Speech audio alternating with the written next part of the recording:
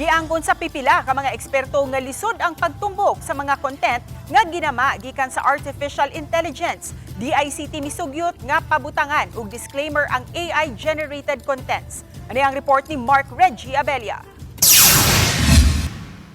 Sa pagkanindot sa kalidad, masaypan gyud kung tinuod ang video nga ginama gikan sa artificial intelligence kun AI. Kini ang gikabalak-an sa mga eksperto nga kung moabot ang panahon nga bisan unsaon pagtuki sa video, makailad na gyud. Busa adunay sugyot ang bagong nanumpang Deputy Executive Director sa Cybercrime Investigation and Coordinating Center.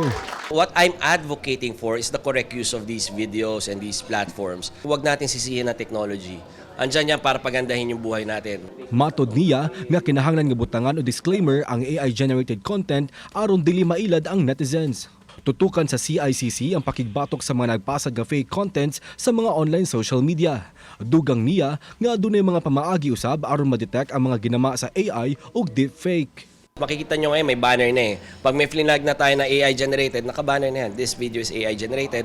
Or pag halimbawa, ano na siya, na verify na siya na deepfake, naka-hide na siya. Tapos, if you want to see the video for reference purposes, at least alam mo na na-flag na siya as deepfake. Sa bahin sa DepEd, buot nilang hingusgan ang critical thinking skills sa mga tinunan. Butang nga gitudlo na sa ubang nasod. Kailangan maging mapanuri at yun ay gusto namin ituro rin sa eskwelahan. Matod ni Angara nga gitrabaho na sa DepEd ang paglusad og AI Research Center aron makatabang sa mga tinunan. Kauban si Clarence Gabutin, Mark Reggie Abella. Balitang Bisdak.